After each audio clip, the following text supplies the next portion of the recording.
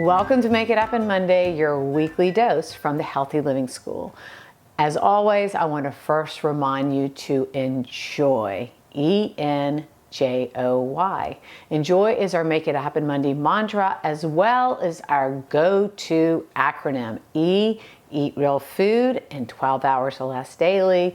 N, nurture microbiome. J, join me in moving daily. O, optimize your breathing. And Y, yes to restorative sleep. So today I'm going to tell you how I have a delicious way of incorporating kombucha, which is a fermented beverage, along with matcha powder. So matcha is green tea leaves that have been dried and powdered into, ultimately a powder.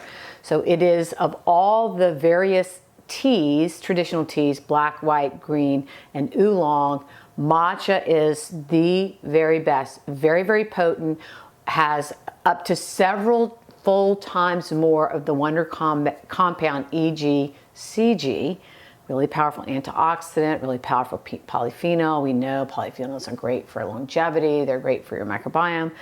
Anyway, and then kombucha is, yeah, like I said, a fermented beverage, and I love the lower sugar kombucha. You just got to be careful with kombucha because they're starting to throw more and more sugar into some of them. And so the way you find the lower sugar ones is you have to go to the nutrition facts box and you look at the added sugars and get the ones that have the least amount. You have to kind of look at labels. And as a general rule, this particular brand tends to, particularly this one, and I love it because it's got so much ginger in it. Fresh pressed ginger juice. And ginger is a very special spice. It's second only to turmeric. It's one of the most potent anti-inflammatory foods. So here's what I do. I take, and this is what I do at my lunch. I always have this with my lunch. So I do about, maybe not a lot. You don't need a lot of kombucha. That's the other thing. People, you don't need to drink this whole thing. So I do about 3 ounces, thereabouts. And then I just dump some matcha powder in. And I don't know, half a teaspoon, maybe a teaspoon, okay? And if I don't have my matcha whisk, which I don't have one at this house in Plum Hill, then you can use a fork. And what I love about the kombucha mixed with the matcha is, unlike when you mix matcha with water, I mean, it's hard to get it into solution. It drives you kind of crazy, which is why we tell people they have to have a matcha bamboo whisk.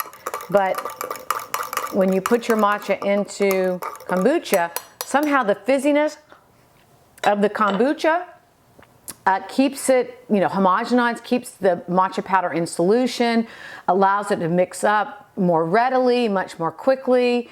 And I mean, this is such a shot. This is such an elixir of like health. It's like you're mainlining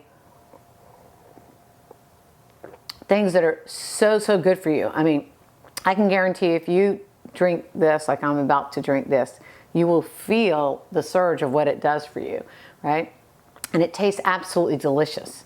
So that's the other thing. A lot of people don't love, matcha's kind of intense, don't love matcha powder in water, but with this little bit of, tartness and tanginess and sweetness that you get from the kombucha, it can make matcha a bit more palatable.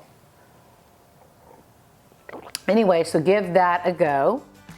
And remember, feel free to share this video with your friends and loved ones. After all, one of the greatest gifts we can give is the gift of better health. Thank you.